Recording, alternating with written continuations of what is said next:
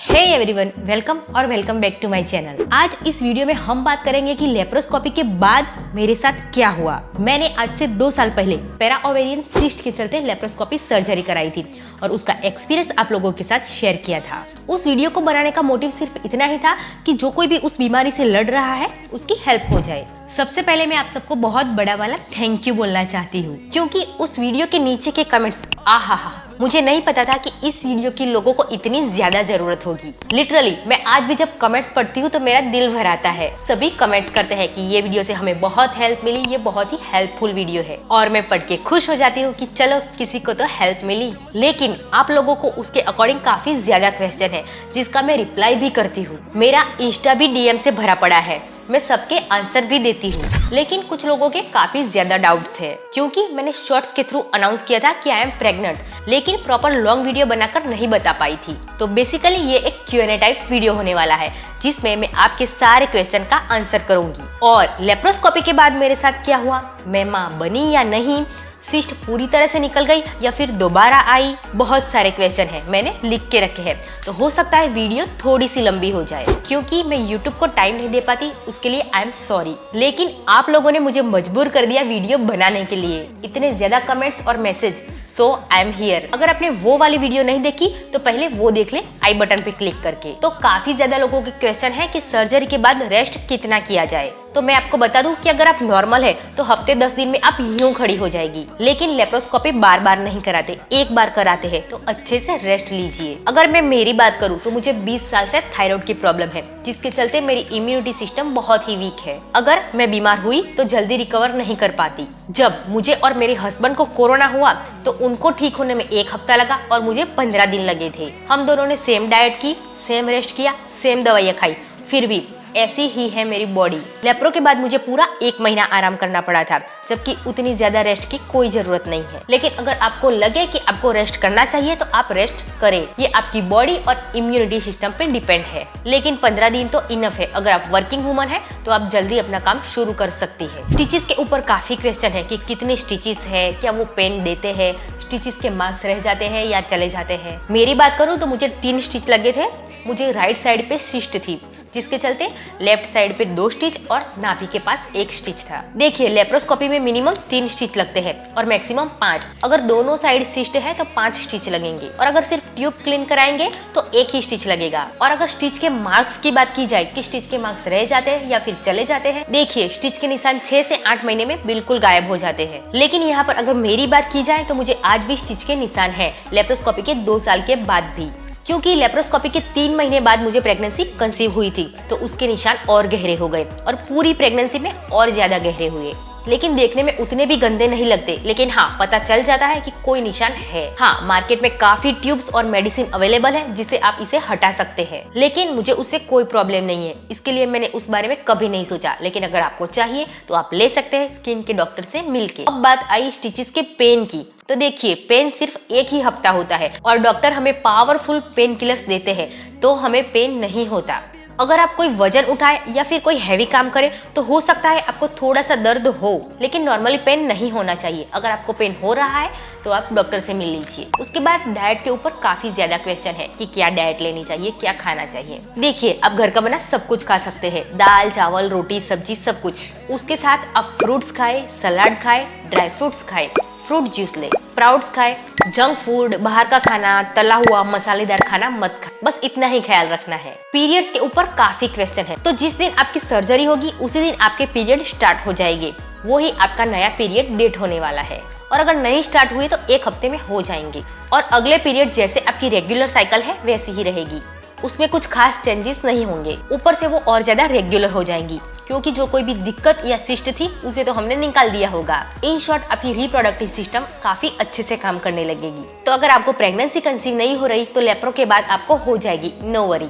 मेरी बात करूँ तो मुझे लेप्रोस्कोपी के 3 महीने बाद प्रेगनेंसी कंसीव हो गई थी, और आज मेरी एक 1.5 साल की बेटी भी है। मैंने उस वीडियो में बताया था कि लेप्रो के 6 महीने बाद मैं अपना एक्सपीरियंस शेयर कर रही हूँ, तो उस वक्त मैं ऑलरेडी 3 महीने प्रेग्नेंट थी। उसके बाद मैंने एक क्यूट सी बेबी गर्ल को जन्म दिया। इस वक्त वो सो रही है, इसीलिए मैं वीडियो बना पा रही हूँ। Her name is Prisha and she is very cute and good girl. तो यहाँ पर आपको ये क्वेश्चन का आंसर भी मिल गया होगा कि लेप्रो के बाद मुझे कब कंसीव हुआ। हालांकि कंसीव होने के बाद भी मुझे काफी दिक्कतें आई, उसके बारे में किसी और वीडियो में बताऊंगी। लेकिन जो लोग कंसीव करना चाहते हैं और कंसीव नहीं कर पा रहे हैं, उनसे मैं पर्सनली कुछ कहना चाहती हूँ। सबसे पहले आप हेल्दी खाएं और दिमाग में से स्ट्रेस बिल्कुल निकाल दे। मुझे बच्चा नहीं हो रहा है, मैं माँ नहीं बन सकती, ये सब मत सोचे। सोसाइटी की वुमन का प्रेशर भी मत ले। कोई बोलेगा इस डॉक्टर को दिखाओ, कोई बोलेगा इस बाबा के पास जाओ, कोई बोलेगा ये धागा बनवाओ, कोई बोलेगा वो मंदिर जाओ। आप किसी की मत सुनना, आप अपने दिल की सुनना। आपको जो ठीक लगे वो करना और अंधविश्वास के चक्कर में बिल्कुल मत पड़ना। अगर आप गुटखा, स्मोकिंग या फिर कोई और नशा करते हैं तो उसे तुरंत ही रोक दो। पानी आप स्टील, कॉपर या मिट्टी के बर्तन का ही पिए। प्लास्टिक बिल्कुल अवॉइड करें।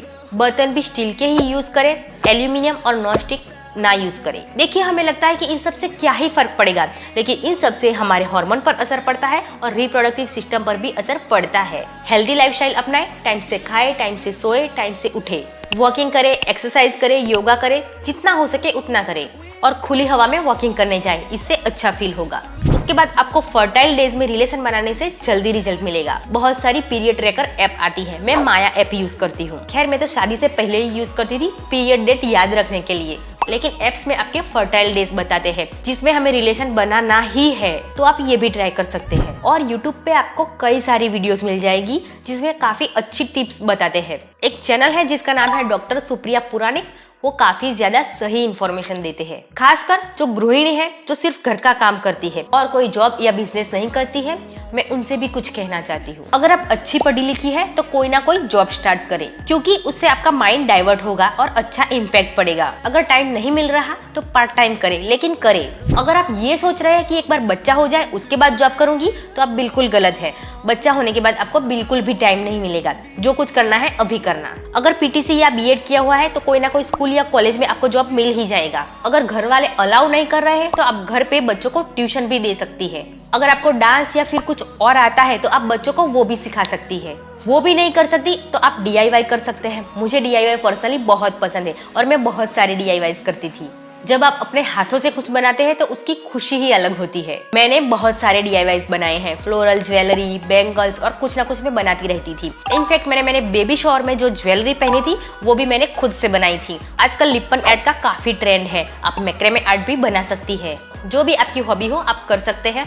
खेलकूद पसंद है तो वो करें, सिंगिंग या डांसिंग पसंद है तो वो करें। घर में अच्छे प्लांट्स लगाएं, इससे आपको बहुत ही अच्छा फील होगा। अगर कुछ भी नहीं पसंद है तो आप रीडिंग करें, अच्छी बुक पढ़ें। मीशो पे 100 रुपए में भी आपको अच्छी बुक मिल जाएगी, आप इतना तो कर ही सकती है। देखिए, अगर आप वो गृहिणी हैं जो सुबह उठती है, घर का काम करती है, दोपहर सोती है, शाम को घर का काम, रात को सोती है, फिर सुबह घर का काम, और आप बेबी कंसीव करना चाहती है, तो मुझे आपकी मेंटल स्टेटस पता है। आप कुछ नया नहीं सोच सकती। अगर आप इंस्टाग्राम भी खोलेंगे तो आपकी फीड में प्रेगनेंसी वाले वीडियोस ही आएंगे और तभी आप सोचने लगेंगी, यार मैं कब माँ बनूंगी, मेरा कब बच्चा होगा। सोशल मीडिया में दिमाग में जो कचरा भर के रखा है उसे खाली करें। सोशल मीडिया का इस्तेमाल कुछ नया सीखने के लिए करें। यूट्यूब पे ढेर सारे फ्री कोर्स अवेलेबल है, अगर आप सीखना चाहे तो। आप मेकअप, मेहंदी, सिलाई, हेयर स्टाइल, कुकिंग, एडिटिंग बहुत कुछ सीख सकते हैं। दिन के 4-5 घंटे निकाले, कम से कम 1 घंटा तो निकाल ही सकती है। कुछ अच्छा, कुछ नया करो। लाइफ इंप्रूवमेंट की बुक पढ़ो। देखिए, जब आप बुक पढ़ोगे तब आपको पता चलेगा कि आप कहाँ हैं और दुनिया कहाँ है। देखिए, जिस टाइम पे जिसे आना है वो आके ही रहेगा, और अगर नहीं आया तो टेक्नोलॉजी काफी आगे है। IUI, IVF सब बात की बात है। अभी आप जहाँ हैं उस टाइम को यूटिलाइज करो, वरना बाद में पछताओगे। थोड़ा सा लेक्चर टाइप वीडियो हो गया, लेकिन ये बताना बहुत जरूरी था। इन शॉर्ट बताऊँ तो सर्जरी के 3 महीने बाद मुझे प्रेगनेंसी कंसीव हुई और मैंने एक बेटी को जन्म दिया थ्रू नॉर्मल डिलीवरी। आप सबके मैसेज आते हैं कि आप अपनी डिलीवरी स्टोरी शेयर करो, थायराइड कैसे कंट्रोल कर रहे हो वो शेयर करो, तो उन सब के बारे में वीडियो बनाने का मैं सोच रही हूँ। हाँ, आप लोगों ने पूछा था कि डॉक्टर ने हमें बायोप्सी के लिए बोला है और आपका CA 125 लेवल क्या है। तो देखिए, मेरे डॉक्टर ने मुझे ना ही CA 125 टेस्ट के लिए बोला है और ना ही बायोप्सी के लिए बोला था। देखिए, जो मेरी सिस्ट थी वो बिल्कुल क्लियर सिस्ट थी, यानी कि पानी की गांठ थी। तो पानी की गांठ कैंसर की कभी नहीं हो सकती। मैं आपको डराना नहीं चाहती, लेकिन CA 125 और बायोप्सी की जांच इसलिए की जाती है ताकि हमें पता चले कि जो गांठ है वो कैंसर की है या नहीं। मेरी क्लियर सिस्ट थी जिसमें कोई डाउट नहीं था। लेकिन अगर चॉकलेट सिस्ट है जो खून की बनी होती है, डर्मोइड सिस्ट, एंड्रोमेट्रियम सिस्ट, काफी अलग अलग प्रकार की सिस्ट होती है, जिसकी बायोप्सी और CA-125 लेवल जानना जरूरी है। अगर आपको डॉक्टर ने बोला है तो उसमें डरने वाली कोई बात नहीं है। कैंसर की सिस्ट होने के चांसेस काफी कम होते हैं। तो अगर डॉक्टर को लगता है कि जांच करवानी है तो वो आपको बोलेंगे और आपको जांच करवा लेनी चाहिए। अब कुछ क्वेश्चंस तो ऐसे है जिसे देख के मेरा भी दिमाग घूम जाता है, जैसे कि 73 की एज में डॉक्टर सर्जरी करेंगे या नहीं।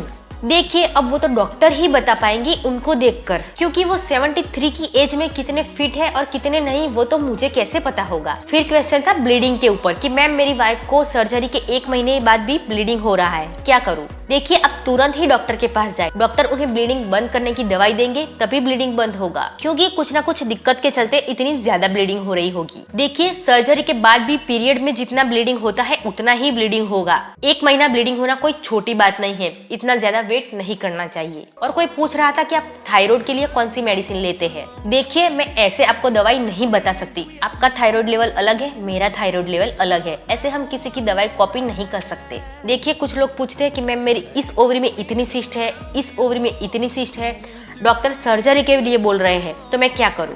देखिए डियर, अगर डॉक्टर सर्जरी के लिए बोल रहे हैं तो आप सर्जरी ही कराए। डॉक्टर हमसे कंसल्टिंग फी लेते हैं 500 या 1000 रुपए। क्यों? क्योंकि उन्होंने 4 से 5 साल पढ़ाई की होती है इस बारे में। उन्हें अच्छे से पता होता है कि इस सिचुएशन में क्या डिसीजन लेना चाहिए। हाँ, लेकिन आप एक डॉक्टर के ऊपर डिपेंडेंट बिल्कुल मत रहो। मेरा रूल है, मैं 5 डॉक्टर्स को दिखाती हूँ। उस टाइम भी मैंने 5 डॉक्टर्स की सलाह ली थी, जिसमें से 4 ने मुझे सर्जरी के लिए बोला था और मैंने सर्जरी कराई थी। अब 5 नहीं तो कम से कम 3 डॉक्टर्स को दिखाए। देखिए, ऐसा नहीं है कि आप बड़ी बड़ी प्राइवेट हॉस्पिटल्स में ही जाएं।